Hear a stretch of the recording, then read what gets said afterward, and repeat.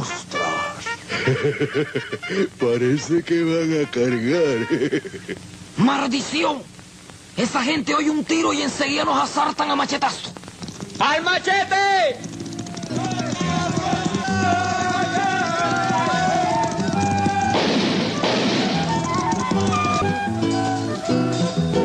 Quien infiere en la nada,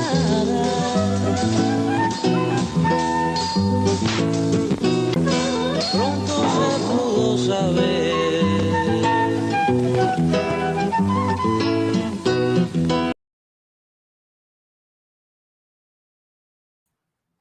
Amigos, buenas noches.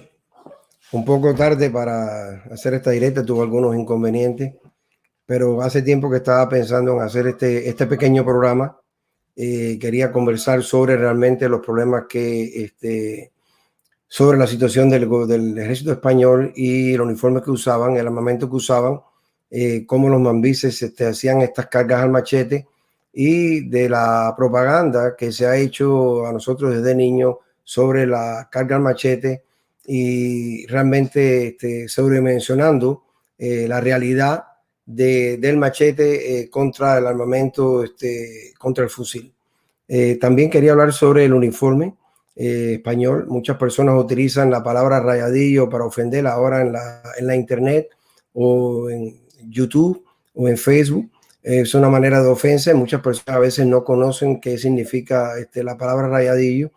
Y por eso decidí hacer esta pequeña directa, porque quería aclarar sobre el término rayadillo y la realidad sobre el uso del machete en la guerra de independencia y la sobrevaloración de machete contra el armamento que usa la pólvora, en este caso el fusil, para no hablar de la artillería, solamente de la infantería y de la caballería. Sin más, yo quisiera hacerle una pequeña reseña sobre el uniforme español y qué utilizaban los españoles durante la guerra de independencia en el 1895. El uniforme español en el 1895 estaba compuesto de una camisa y un pantalón de hilo azul y tenía listas blancas. Es ahí la razón de por qué se le decía rayadillo. Utilizaban un sombrero hippie japa, de una correa y un cinto de cuero, un fusil Mauser del cual vamos a hablar, 2 cartucheras de bala, un machete o un sable, generalmente un machete, porque estaba para el caso de Cuba se utilizaba un machete tanto para poder meterse en la espesura del bosque y en los lugares donde había hierba, y porque en esa época recordemos que para el 1800 había toda una población forestal bastante grande y se utilizaba el machete no solo para la pelea, sino también para poder hacer claros, para poder moverse dentro de la selva. También tenían un morral o un macuto que se le llamaba, donde se guardaba aquí alimento y también se guardaban también a pequeñas cosas como otras balas adicionales para que el español cargaba a su espalda, y atrás de este morral se colocaba una colcha. Y también acá adentro se ponía una lona, porque recordemos que en Cuba llueve bastante en el periodo de lluvia y muchas veces en esos terrenos fangosos, esas carreteras o esos trillos que no eran de asfalto, por supuesto, la lluvia creaba lodo y fango y el español tenía que utilizar para poderse cubrir esta lona, y por la noche utilizaban la colcha para dormir y una especie de manta o una especie de mosquitero que también ellos utilizaban, porque la cantidad de mosquitos jejenes que había le provocaba a ellos enfermedades como era la malaria, el paludismo y la fiebre amarilla. Vamos a pasar a una segunda diapositiva donde le vamos a mostrar el armamento que utilizaba los mambises o los insurrectos. De izquierda a derecha y de arriba hacia abajo. El machete, que también se utilizaba para poderse abrirse paso por los montes y por los yerbazales y los lugares donde estaba la maleza. En la guerra del 68 se utilizó el trabuco, que era un arma de avancarga. Se cargaba por delante. Era un armamento obsoleto ya para la guerra de 1895, pero también los más pobres, los que menos tenían posibilidades, utilizaron cualquier tipo de armamento y también se utilizó este trabuco. Se utilizó tanto el Winchester como el Remington y el Springfield. Todos estos tres fusiles eran fusiles norteamericanos, eran fusiles que utilizaban pólvora negra y tenían una cadencia de tiro menor que el fusil español. En el caso del fusil español, que era el Mauser, podía cargar 5 balas por cartuchera.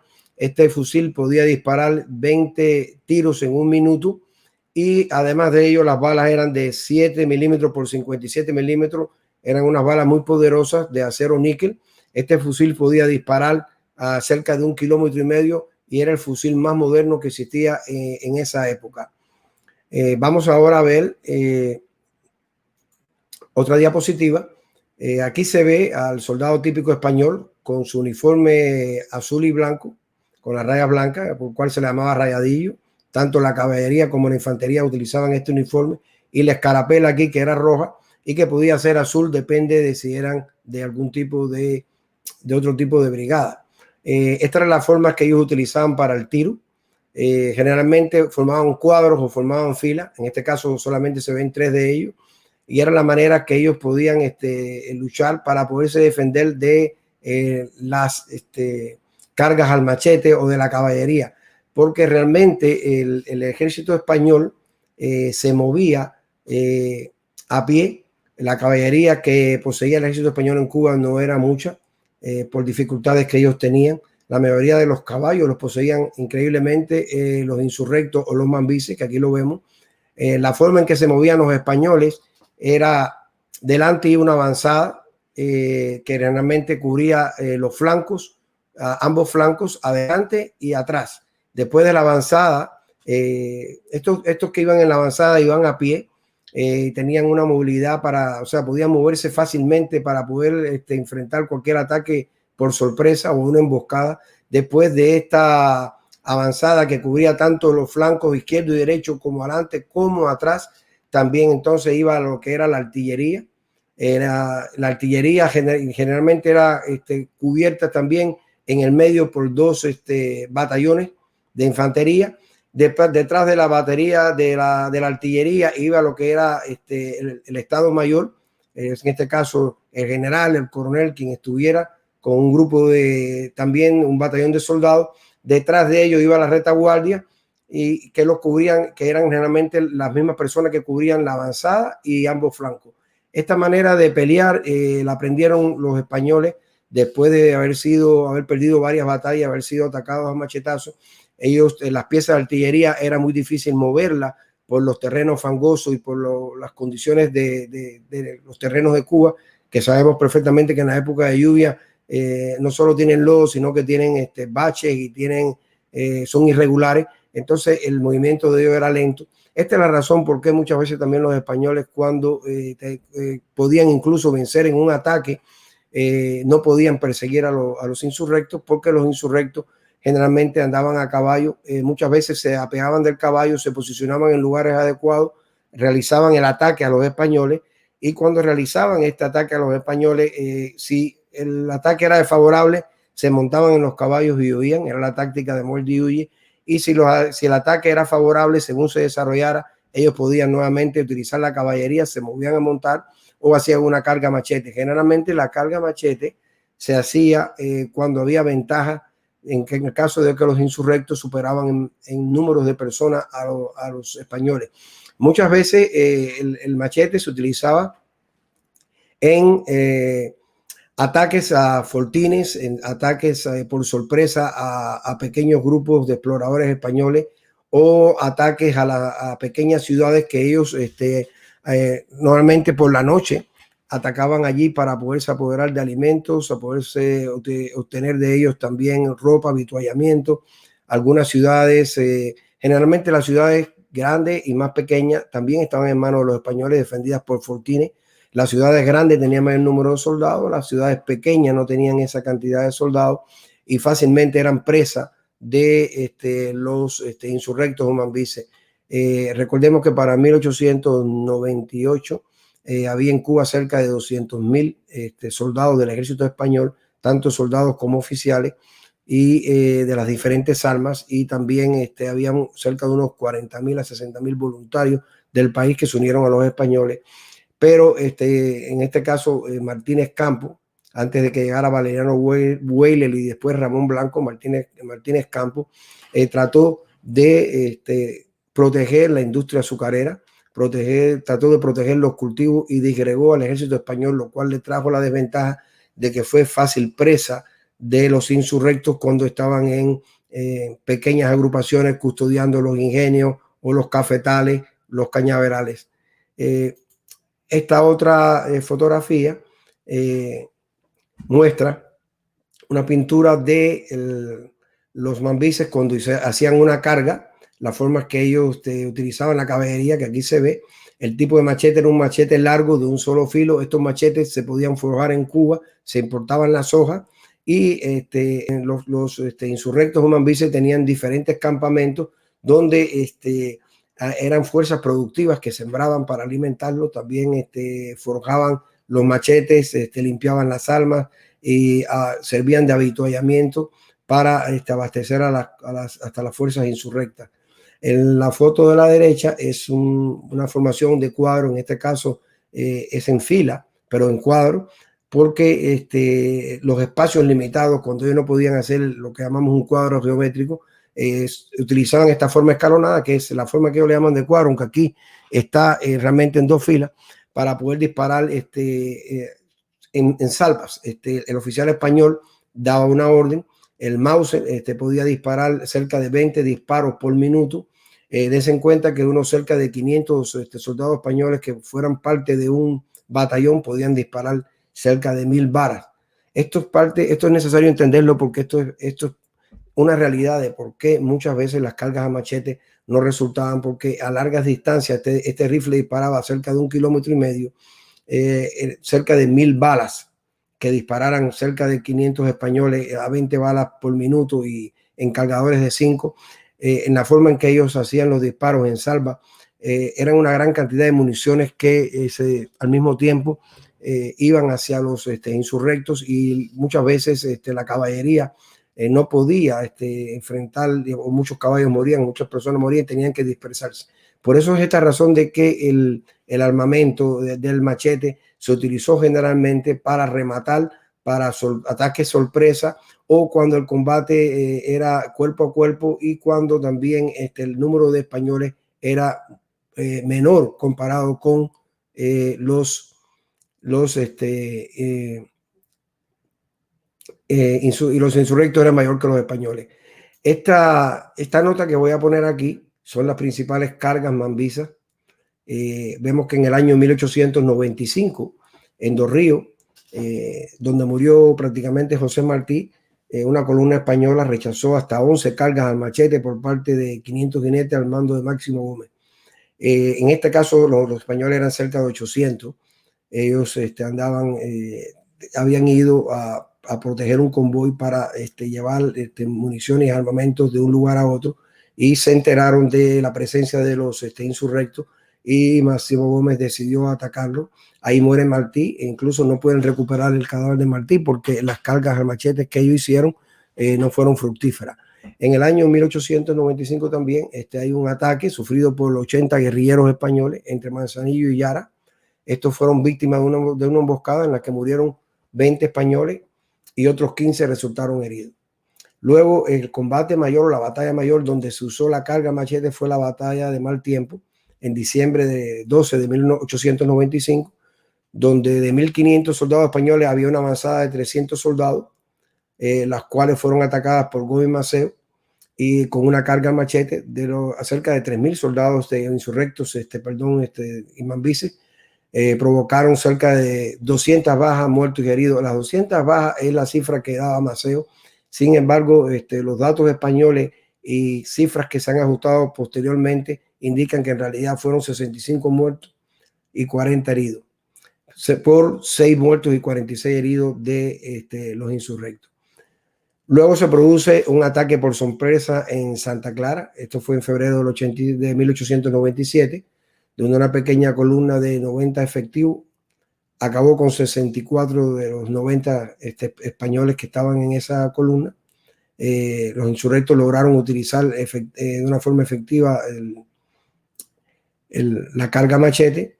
Y posteriormente en la batalla de Coliseo, donde participan Máximo Gómez, Maceo con 2000 hombres y donde también estuvo Martínez Campos, se realizó una carga contra los soldados españoles, que eran 900. En estas cargas, que fueron varias cargas, no se logró romper la formación de cuadro que hacían los españoles para poder defenderse. Ustedes pueden imaginar la cantidad de disparos que hicieron 900 soldados de la infantería española contra la carga al machete. En esta carga resultaron heridos y muertos cerca de 262 insurrectos, incluyendo el caballo Maceo, por 46 bajas españolas. Otras cargas al machete sin resultado fueron en la batalla de la ciudad de San Cristóbal, Pinar del Río, y en la batalla del poblado del Desmayo, donde Gómez perdió casi la mitad de los implicados en esta carga. Como ustedes pueden observar, la eficacia del machete era un arma poderosa, era un arma que realmente le temían los españoles. En el caso de la batalla de Maltiempo, estos españoles salieron dañados psicológicamente y emocionalmente. Ahí hubo corte de cabeza, hubo desmembramiento de cuerpo, hubo pérdidas de brazos enteros, y realmente los soldados españoles fueron sorprendidos, no les dio tiempo a formar el cuadro y tuvieron una enorme cantidad de bajas hasta que llegó el otro batallón. Recuerden que eran 1500 y se habían dividido en 3 grupos. El segundo batallón pudo llegar y prácticamente apoyar a este primer batallón que perdió esta cantidad de personas, y entonces los mambises se retiraron. Generalmente el machete fue un arma que se utilizó no solo para poder aclarar los caminos, poder cortar los matorrales, sino también en combates cuerpo a cuerpo y en combates sorpresa, donde no podían irse los españoles, eran muy poca cantidad. Generalmente en combates grandes nunca el machete se utilizó. De hecho, el armamento más poderoso que utilizaron los mambises en la guerra fueron los fusiles. Y muchas veces cuando escaseaban las balas o se estaba agotando el parque, ellos optaban por retirarse. Recuerden que combates grandes frente a frente no fueron muchos. La táctica de los insurrectos mambises era la tea incendiaria, era llevar al país a una crisis económica. Ellos querían crear la producción tanto de azúcar como de café, las líneas ferroviarias, destruirlas, crear una crisis económica en el país que llevara al gobierno español a hacer insostenible la guerra, porque en las grandes ciudades que estaban dominadas por los españoles, como el caso de La Habana, Maceo cruza la trocha y se dirige a Pinar del Río, pero nunca se produce un ataque directo a La Habana. La concentración de fuerzas españolas era muy grande. Cuando se tomaba una ciudad era por muy poco tiempo, porque no podían ellos sostener cuando los españoles iban a recuperar esa ciudad con una gran cantidad de número de efectivos y con este armamento, además adicionándole la artillería. Era completamente difícil para los insurrectos sostener en sus manos una ciudad por mucho tiempo. Sin embargo, el éxito de la guerra de llevarla a Oriente a Occidente puso a los españoles en una situación muy difícil, y para el año 1898 cuando se produce la intervención norteamericana, realmente el gobierno español estaba bastante debilitado, como también lo estaban los insurrectos. Recuerden que durante ese periodo estuvo Martínez Campos, estuvo Weyler, el cual creó los campos de reconcentración, se llevó la mayoría de los civiles a las ciudades, y la hambruna en Cuba fue bastante grande. Hubieron cerca de más de 100.000 muertos por hambruna y enfermedades. Había una escasez total de alimentos. Los soldados insurrectos generalmente su vestimenta algunos llevaban prácticamente, no llevaban camisas, generalmente no llevaban camisas, o llevaban pantalones y camisas que le quitaban a los soldados españoles muertos. Otras veces utilizaban sábanas o utilizaban taparrabos o simplemente desnudos. De Maceo se dice por parte de los españoles que siempre andaba bien vestido, que era una persona que se aseaba, que se cuidaba bien, realmente era muy pulcro. Y eso es algo que está escrito en la literatura, igual que la mayoría de los oficiales cubanos. Pero acuérdense que estamos hablando de una cantidad de insurrectos, una época en que Cuba estaba en unas condiciones económicas muy deterioradas. y la mayoría de los que componían el ejército insurrecto, los mambises, eran pobres, eran personas, mayoría negros, eran personas que se habían liberado de la esclavitud, que no tenían prácticamente ningún tipo de riqueza, ningún tipo de recursos para poder comprar ropa y tener avituallamiento para andar vestidos. O sea que en esa guerra muchas personas andaban descalzos. Incluso en algunos momentos los soldados españoles también tuvieron necesidades que no se podían suplir por las condiciones económicas de la guerra. Le pedían que el uniforme, este uniforme que le dicen rayadillo, tuviera que durarle 1 año y medio, el sombrero y pijama también. Esto hacía que también tuvieran en algunos lugares los uniformes bastante deteriorados, y las alpargatas, que eran alpargatas de lona que se hacían, ellos se les deterioraban por el fango y las condiciones que existían.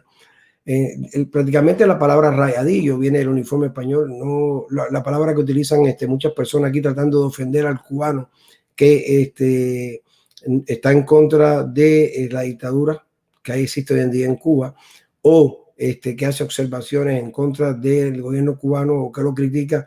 No es una ofensa que te digan rayadillo. Rayadillo era el ejército español, eran los señores que utilizaban ese uniforme, era su uniforme de ellos oficial para los soldados, y ellos defendían una causa que era el colonialismo. Los mambises cubanos que lucharon en la guerra de independencia, lo que querían era la libertad de Cuba, pero querían una república. Una república significa un país que tiene elecciones y que tiene presidentes que se eligen temporalmente, y donde hay una cámara y hay un presidente, no una dictadura donde hay un presidente por 61 años y no hay Congreso o no hay Senado. En ningún momento ni Martí, ni Maceo, ni ninguno de los grandes líderes de la guerra de independencia pensaron que en Cuba se iba a crear una dictadura y que no iba a haber elecciones. Es por eso que se creó la República en Armas, el gobierno de la República en Armas, y por eso es que el Partido Revolucionario Cubano tenía un delegado que era José Martí, y se pretendían hacer elecciones una vez que acabara la guerra. Tal es el hecho que después que se ocurre la intervención norteamericana en la guerra de independencia, desde el año 1898 culmina la guerra, en 1912 se realizan elecciones. Hubo un periodo en que hubo que licenciar al ejército español, que hubo que mantener el orden en el país porque había un caos, había una hambruna, habían muchos de los insurrectos que se habían desmovilizado con la hambruna que había, utilizaron las armas para bandolerismo.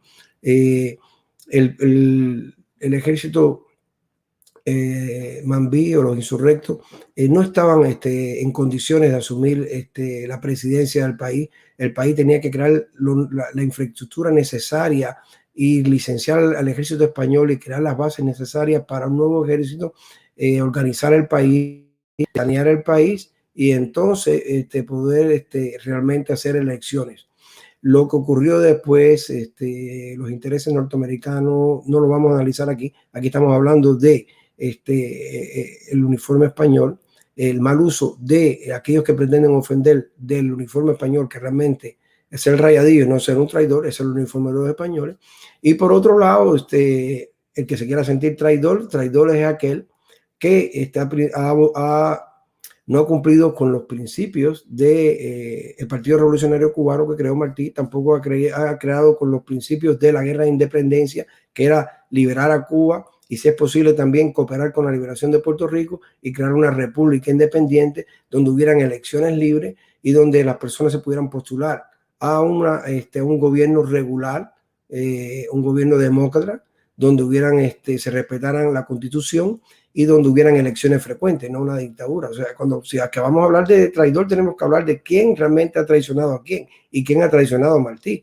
Han utilizado a Martí como que ha sido el autor del ataque al cuartel Moncada, cuando Martí jamás pensó en una dictadura. Martí pensó en una república. Eso no es tema para ahora, pero para los que utilizan la palabra rayadillo, me gustaría que vieran esta pequeña directa para que supieran de dónde viene esta palabra y el error que ellos están cometiendo. Si acaso hubiera un traidor, los dictadores están en Cuba, que están gobernando hace 61 años y van para el año 62.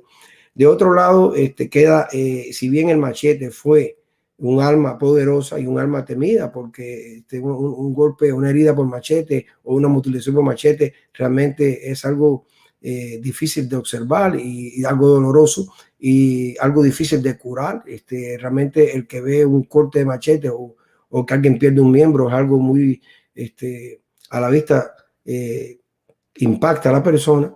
El machete jamás fue el arma predilecta ni el arma poderosa de los insurrectos ni de los mambises.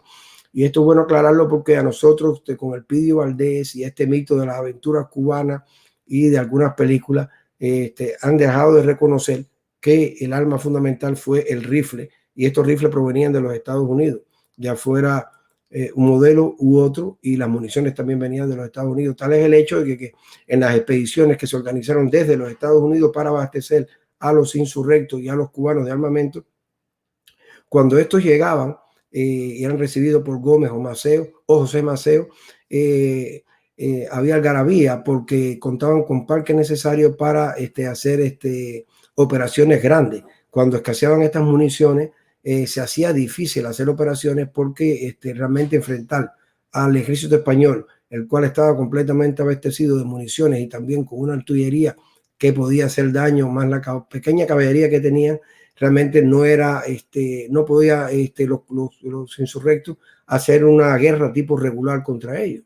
Es por ello que este tipo de guerra era un tipo de guerra de guerrilla, donde se hacían emboscadas, donde se evitaban los grandes combates de frente y donde era una guerra donde existía el oportunismo. Ellos valoraban cuándo era el mejor momento de golpear al español y cuándo ellos sabían que tenían que retirarse para no aumentar el número de bajas y no gastar las balas que les escaseaban en actividades de guerra que no le iban a ser productivas. Realmente, entonces, el machete fue un arma que se utilizó para cuando habían pequeñas cantidades de españoles y el número de insurrectos lo superaba, cuando iban a rematar en el campo. Después que terminaba la guerra, quedaban los heridos, se retiraban y entonces procedían a rematarlos, o cuando había un combate cuerpo a cuerpo que se producía, o cuando saltaban ciudades o pequeños convoys. Nunca fue el machete el arma fundamental ni el arma que provocó la mayoría de las heridas. Ahora les voy a enseñar por último este cuadro. Ustedes van a poder ver este cuadro aquí. Perdón, Aquí están los reportes de la guerra. En 1895 el ejército español reporta 267 heridos, de los cuales solo 24 son heridas de machete y muertos por machete. La mayoría de las bajas fueron por muertos y heridos por disparos de bala. En el año 1896 el ejército español tuvo 4.187 heridos, de los que solamente el 13% fueron causados por machete. El hospital de La Habana asistió a 776 soldados, de los que solo 15 presentaban golpes de machete. En el año 1897 se reportaron 496 hombres entre heridos y muertos por disparo de rifle, solamente 30 por machete. En la clínica de heridos y cirugía del Hospital Militar Alfonso XIII, los heridos por machete entre mayo de 1896 y octubre de 1898 solo eran el 2.65%. Más del 80% de las heridas y muertes causadas al ejército español en la guerra de independencia fueron por balas, incluyendo las balas explosivas. Como regla general, y como se dijo, el machete se usaba solamente cuando existía superioridad numérica o para rematar heridos o en un combate cuerpo a cuerpo. Fue efectivo contra guarniciones pequeñas, ataques reducidos por sorpresa y cuando el enemigo formaba en cuadro, le daba tiempo a formar en cuadro, aunque fuera incluso en menor cantidad, fueran menor números los españoles que los mambises. Esta formación en cuadro los ayudó muchas veces a poder rechazar las cargas al machete, porque la cantidad de disparos que se ejecutaban era concentrados en esa área, eran bastante. Esta fue la táctica que utilizó el ejército español, ya que el encuentro cara a cara entre un ejército regular y el otro nunca se produjo. Los insurrectos no tenían artillería, tenían algunos cañones que lograron quitar a los españoles y otros que lograron traer de los Estados Unidos, más esto no era suficiente. La cantidad de españoles superaba a los cubanos, estamos hablando de 200.000, aunque por enfermedades de malaria, fiebre amarilla y tifoidea y otras enfermedades, realmente esa cifra se vio reducida, pero estamos hablando de 40 a 50.000 insurrectos repartidos por todo el país. Recuerden bien que la mayoría de las ciudades estuvieron en manos de los españoles y que para el año 1895 ya había muerto, perdón, 98 ya había muerto José Maceo, había muerto Martí y había muerto Antonio Maceo. Estos tres grandes líderes habían muerto. Se había reconcentrado en Oriente Calixto García y también Máximo Gómez. Ellos siguieron llevando a cabo la lucha por la independencia hasta ocurrió la intervención norteamericana. Hacia 1898 no existía un ganador entre españoles y cubanos. Si bien los españoles no habían podido derrotar a los cubanos, los cubanos no habían logrado el objetivo de derrotar a los españoles. Y a pesar de que Maceo hizo la invasión de Oriente a Occidente, en su regreso, después de cruzar la trocha, Maceo es muerto en su regreso hacia el este y nunca llegó a tenerse las grandes ciudades cubanas. Realmente la guerra que se pretendía hacer era una guerra de desgaste, era una guerra donde se utilizaba la T incendiaria, donde se utilizaba el sabotaje a los ferrocarriles, donde las vacas eran sacrificadas. Los insurrectos no querían a población civil. La población civil que estuviera entre los dos, entre las ciudades españolas y los insurrectos, que generalmente se llamaban pacíficos. Ellos se llamaban pacíficos porque no querían estar en ninguno de los dos lados y comerciaban a escondidas con los españoles y también con los mambises. Realmente los Maceo y Máximo Gómez no querían ese tipo de personas intermediarias porque realmente estaban favoreciendo a las ciudades españolas. Ellos querían crear entre los españoles y los cubanos. Ambos fueron responsables de la hambruna grande que hubo en Cuba, a pesar de la reconcentración de Valeriano Weyler, la cual trajo como consecuencia muchos muertos por hambre y enfermedades. Pero al quemarse las cosechas, al no poderse exportar, al atacarse los ingenios, al destruirse la agricultura, al matarse las vacas, el ganado se lo llevaban los insurrectos para alimentarse y también cuando podía se lo llevaban los españoles.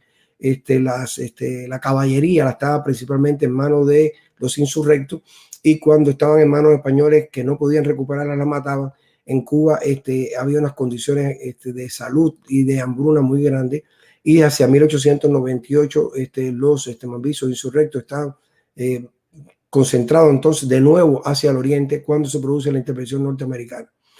Finalmente, darles las gracias por esto y yo espero que haya servido de algo. Y aquellos que utilizan la palabra rayadillo tienen que saber de dónde viene y recordemos siempre que los traidores no son los que estamos aquí, los traidores son aquellos que incumplieron con los principios y el plan que tenía la guerra de independencia, que era liberar a Cuba y crear una república.